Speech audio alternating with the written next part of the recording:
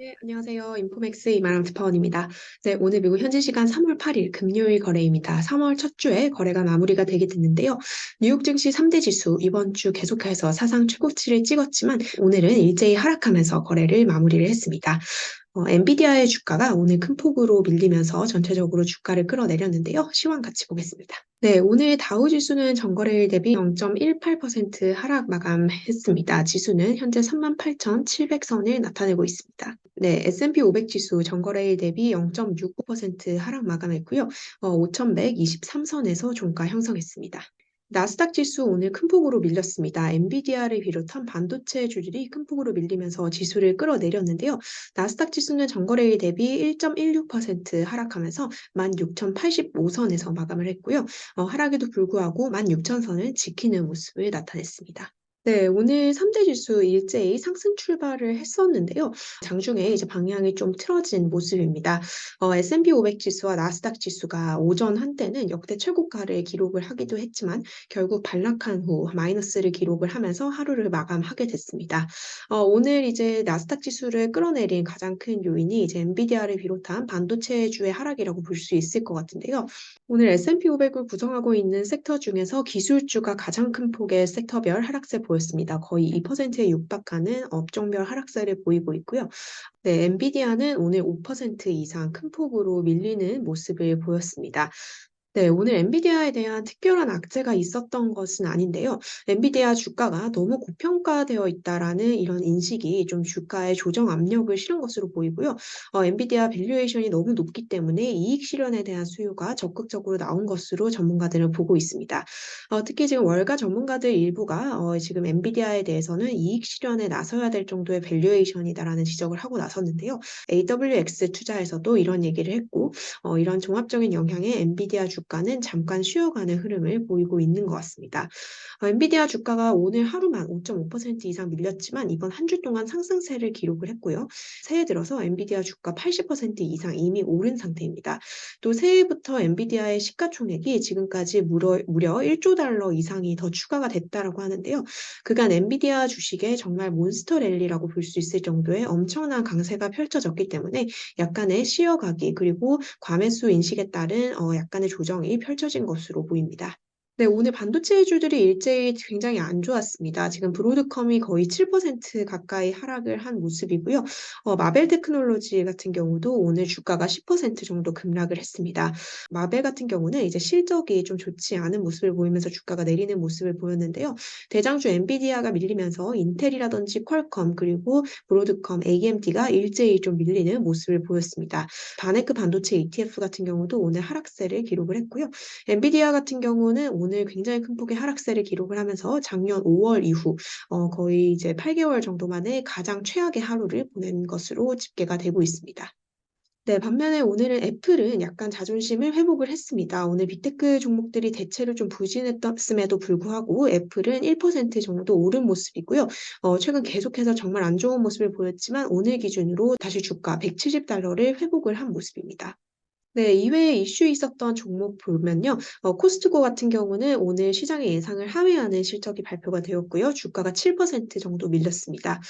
코로나 팬데믹 때 이후부터 본격적인 투자자의 관심을 받은 종목이죠. 도큐사인 같은 경우는 예상치를 상회한 실적에 주가가 오르는 모습을 보였습니다. 네, 오늘 또 굉장히 중요한 보고서입니다. 미국의 2월 비농업 고용 보고서가 발표가 됐었는데요. 오늘 개장 직전에 발표됐었던 미국의 2월 비농업 고용 보고서 시장에 약간의 서프라이즈를 줬습니다. 시장이 예상하지 않았던 실업률이 크게 튀어오른 것인데요. 미국의 2월 실업률이 3.9%를 기록을 하면서 2022년 1월 이후 가장 높은 수준으로 튀어올랐습니다. 최근 이제 실업률 같은 경우는 계속 3.7% 수준을 유지를 하고 있었는데요. 좀 급격히 뛰어오르는 모습을 나타냈습니다. 이 실업률이 좀 상당히 서프라이즈로 나왔고요. 반면 이제 고용 숫자 자체는 견조한 노동시장을 시사를 했습니다. 미국의 2월 비농업 부문 신규 고용 27만 5천 명 늘어나면서 월가가 예상했던 수준인 19만 8천 명을 웃돌았고요. 뿐만 아니라 여기서 더 중요했던 것은 미국 노동부가 2월 수치를 발표를 하면서 지난 1월과 작년 12월 수치를 이제 대폭으로 수정을 했다라는 점입니다. 사실 지난 1월에 비농업 부문 고용이 35만 3천 명 늘어난 것으로 최초의 집계가 되면서 1월 고용이 괴물급이다. 너무 고용시장이 강력하다라는 이런 우려가 많았었죠.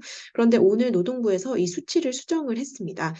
지난 1월 같은 경우는 이 35만 3천 명이 아니라 사실은 22만 9천 명이었다라고 얘기를 하면서 12만 4천 명 정도 하향 조정을 하는 모습을 보였고요.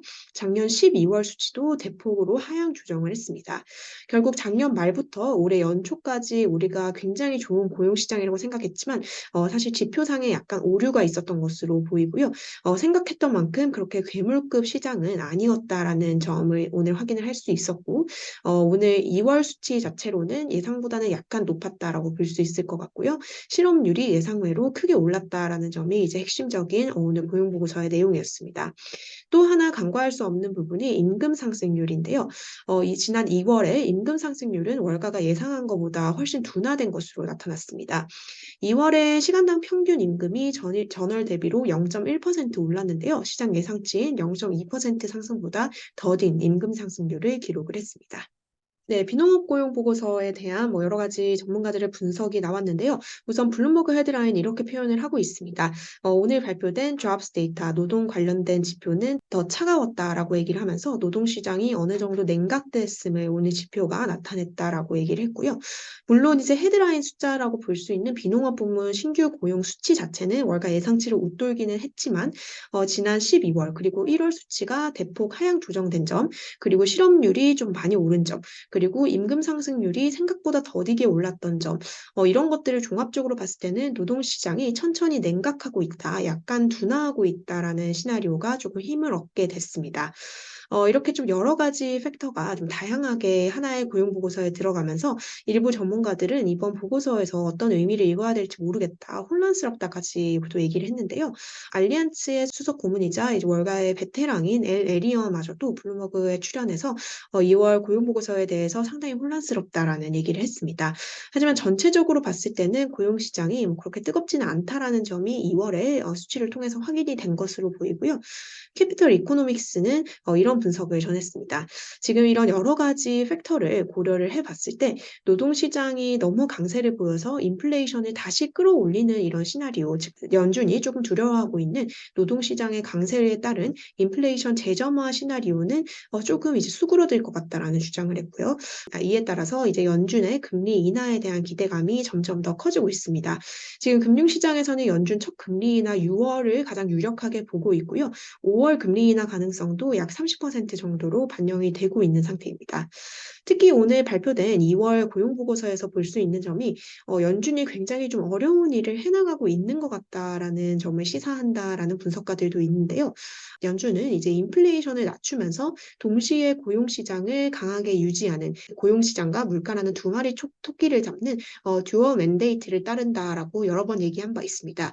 많은 경제학자들 이것이 좀 실현 불가능할 것이다라고 예측을 했지만 지금까지 나온 데이터로 보면은 인플레이션은 완만하게 떨어지고 있고요. 또 고용시장은 적당히 좋은 수준을 유지를 하고 있으면서 너무 강하지는 않은 그런 상황이 펼쳐지고 있는 상태입니다. 네, 오늘 이제 2월 고용보고서가 나왔고요. 이 고용보고서가 괜찮게 나왔기 때문에 연준이 생각보다 더 빨리 금리를 인하할 수 있을 것이다라는 전문가의 분석이 나왔습니다. 이 세인트루이스 연은 총재를 지냈던 인물이죠. 제임스 블러드 연은 총재가 이런 분석을 했는데요. 이번 2월 고용보고서를 확인한 이후에 이 고용보고서에서 어떤 좀 인사이트를 얻은 만큼 연준은 우리 생각보다 더 빨리 조치를 취할 가능성이 커졌다라고 했습니다. 연준이 우리 생각보다 금리를 더 빨리 내릴 수도 있는 가능성이 있다라고 얘기를 한 셈이고요.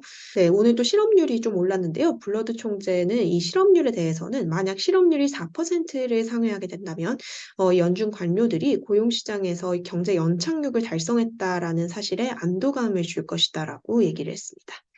네, 오늘 이제 주식 외에 다른 시장을 보면요. 미국 달러화 같은 경우는 소폭 약세를 나타냈습니다. 달러화 지수 102.7선을 나타내고 있는 상태이고요. 미국 채권 금리는 대체로 보합 수준 보였습니다. 네, 오늘 비트코인이 이제 또 크게 움직였습니다. 비트코인이 오늘 오전 한때 7만 달러를 돌파를 하면서 또다시 사상 최고치를 경신하는 모습을 보였는데요. 고점을 찍고 지금은 상승폭을 약간 축소해서 6만 8,900달러대에 나타내고 있는 상태입니다. 네, 3월의 첫 번째 주가 이렇게 마무리가 됐는데요. 2월 고용보고서도 확인한 만큼 이제 시장 투자자들의 관심은 다음 주에 발표되는 미국의 2월 CPI로 쏠리고 있습니다. 다음 주 발표되는 이 물가 지수에 따라서 페드의 금리 인하 타이밍을 더욱더 정교하게 관측을 할 수 있을 것으로 전망이 되는 상태인데요. 지금 전문가들은 2월 CPI가 헤드라인 숫자는 3.1% 나올 것으로 전망을 하고 있고요. 코어 같은 경우는 3.7%를 전망을 하고 있는 상태입니다. 만약에 예상보다 인플레이션 수치가 낮게 나온다면 지금 10년물 채권 금리 같은 경우는 4%를 하회하는 수준으로 떨어질 것으로 전망이 되고 있고요. 6월께 금리 인하도 확실시 될 것으로 보입니다. 네, 네, 이번 주 뉴욕 증시 사상 최고치를 기록하기도 했지만 결국 한 주간 기준으로 보면 3대 지수 모두 하락 마감을 했습니다. 특히 다우 지수는 작년 10월 이후 최악의 한 주를 보냈다라고 하는데요.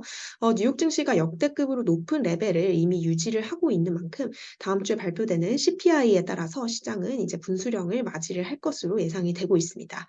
제가 준비한 소식은 여기까지고요. 전 다음 주에 다시 인사드리도록 하겠습니다. 감사합니다.